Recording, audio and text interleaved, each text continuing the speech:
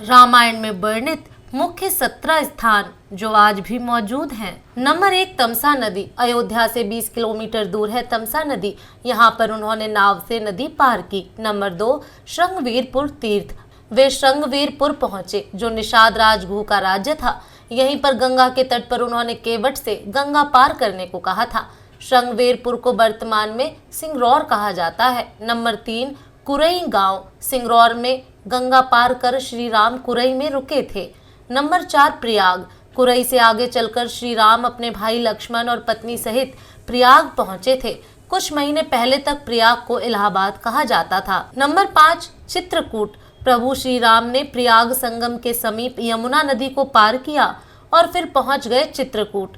चित्रकूट वह स्थान है जहां राम को मनाने के लिए भरत अपनी सेना के साथ पहुंचते हैं, तब जब दशरथ का देहांत हो जाता है। भरत यहाँ से राम की चरण पादुका ले जाकर उनकी चरण पादुका रखकर राज्य करते हैं। नंबर 6, सतना। चित्रकूट के पास ही सतना मध्य प्रदेश स्थित अत्रि ऋषि का आश्रम था।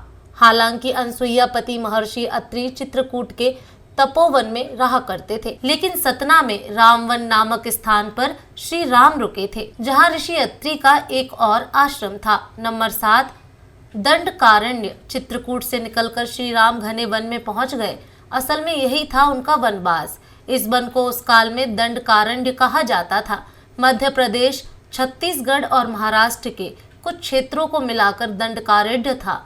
दंडकारण्य में छत्तीसगढ़, ओडिशा एवं मध्य प्रदेश राज्यों के अधिकतर हिस्से शामिल हैं। दरअसल उड़ीसा की महानदी के इस पार से गोदावरी तक दंडकारण्य का क्षेत्र फैला हुआ था। इसी दंडकारण्य का ही हिस्सा है आंध्र प्रदेश का एक शहर भद्राचलम। गोदावरी नदी के तट पर बसा यह शहर सीता रामचंद्र मंदिर के लिए प्रसिद्ध है।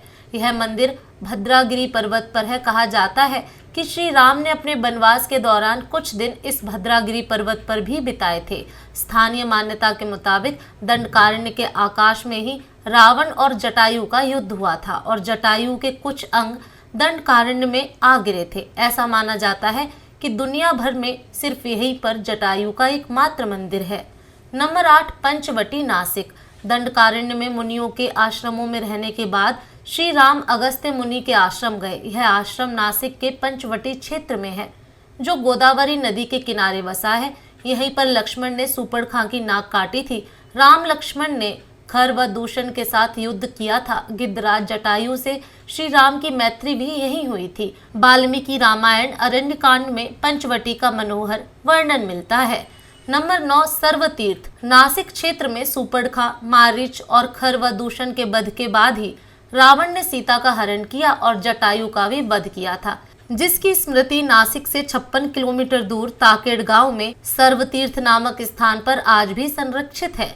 जटायु की मृत्यु सर्वतीर्थ नाम के स्थान पर हुई, जो नासिक जिले के इगतपुरी तहसील के ताकेड़ गांव में मौजूद है। इस स्थान को सर्वतीर्थ इसलिए कहा गया क्योंकि यहीं पर मारणासन जटायु ने सीता माता के बारे में बताया। राम जी ने यहाँ जटायु का अंतिम संस्कार करके पिता और जटायु का श्राद्ध तर्पण किया था। इसी तीर्थ पर लक्ष्मण रेखा थी। नंबर 10, पर्णशाला।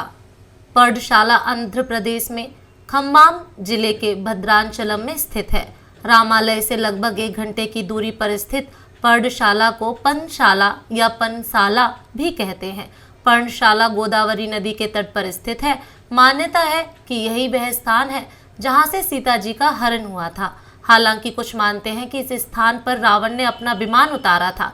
इस स्थल से ही रावण ने सीता को पुष्पक विमान में बिठाया था, यानी सीता जी ने धरती यहाँ छोड़ी थी। इसी से वास्तविक हरण का स्थल यह माना जाता है।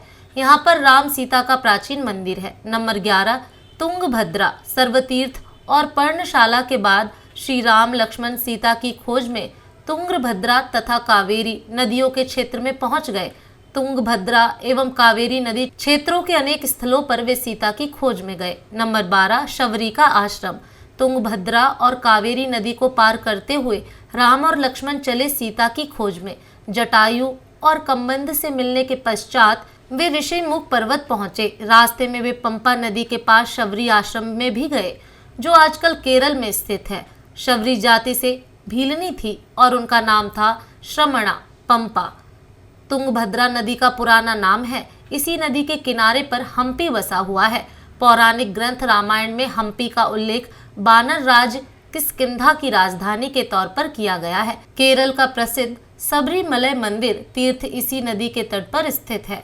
नंबर 13 ऋषयमुख पर्वत।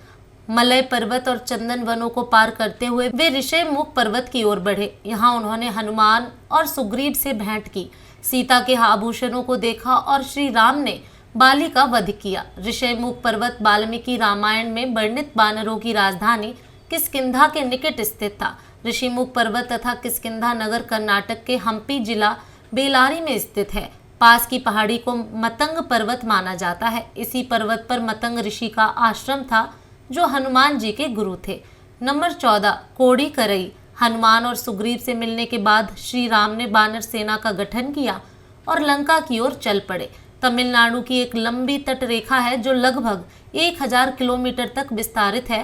कोड़ी करई समुद्र तट बेलांकनी के दक्षिण में स्थित है, जो पूर्व में बंगाल की खाड़ी और दक्षिण में पाल्क स्ट्रेट से घिरा हुआ है। यहाँ श्री राम की सेना ने पड़ाव डाला और श्री राम ने अपनी सेना को कोड़ी करई में एकत्रित कर विचार विमर्श किया, लेकिन राम की सेना ने उस स्थान के सर्वेक्षण के बाद जाना कि यहाँ से समुद्र को पार नहीं किया जा सकता और यह स्थान पुल बनाने के लिए उचित भी नहीं है।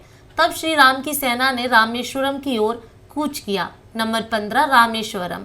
रामेश्वरम समुद्र तट एक शांत समुद्र तट है। यहाँ का छिछला पानी तैरने और सन बाथिंग के लिए आदर्श है। रामेश्वरम प्रसिद्ध हिंदू तीर्थ केंद्र है। महाकाव्य रामायण के अनुसार भगवान श्री राम ने लंका पर चढ़ाई करने से पहले यहाँ भगवान शिव की पूजा की थी। रामेश्वरम का शिवलिंग श्री राम द्वारा स्थापित शिवलिंग है। नंबर 16 धनुष कोडी। वाल्मीकि के अनुसार 3 दिन की खोजबीन के बाद श्री राम ने रामेश्वरम के आगे समुद्र में वह स्थान ढूंढ निकाला जहां से आसानी से श्रीलंका पहुंचा जा सकता हो। उन्होंने नल और नील की मदद से उक्त स्थान से लंका तक का पुल निर्माण करने का फैसला किया। धनुषकोडी भारत के तमिलनाडु राज्य के पूर्वी तट पर रामेश्वरम द्वीप के दक्षिणी किनारे पर स्थित एक गांव है।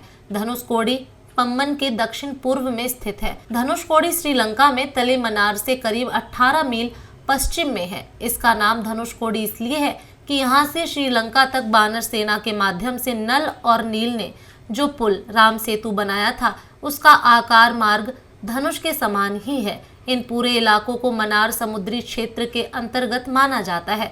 धनुषकोडी ही भारत और श्रीलंका के बीच एकमात्र स्थलीय सीमा है जहां समुद्र नदी की गहराई जितना है जिसमें कहीं कहीं भूमि नजर आती है। नंबर 17 नुबारा एलिया पर्वत श्रृंखला। वाल्मीकि रामायण अनुसार श्रीलंका के मध्य में रावण का महल था। नुबारा एलिया पहाड़ियों से लगभग 90 किलोमीटर दूर बांद्रबेला की तरफ मध्य लंका की ऊंची पहाड़ियों के बीचों बीच सुरंगों तथा गुफाओं के भंवर जाल मिलते हैं। यहाँ ऐसे कई पुरातत्व अवशेष मिलते हैं जिनकी कार्बन डेटिंग से इनका काल निकाला गया है। श्रीलंका में नुआरा एलिया पहाड़ियों के आसपास स्थित रावण फॉल, रावण गुफाएं, अशोक वाटिका, खंडर हो चुके विभीषण के महल आदि की पुरातत्व जांच से इनके रामायण काल के होने की पुष्टि होती है। आजकल भी इन स्थानों की भौगोलिक विशेषताएं, जीव, वनस्पति तथा स्मारक आदि बिल्कुल वैसे ही हैं जैसे कि रामायण में वर्णित किए गए हैं। जय श्री राम।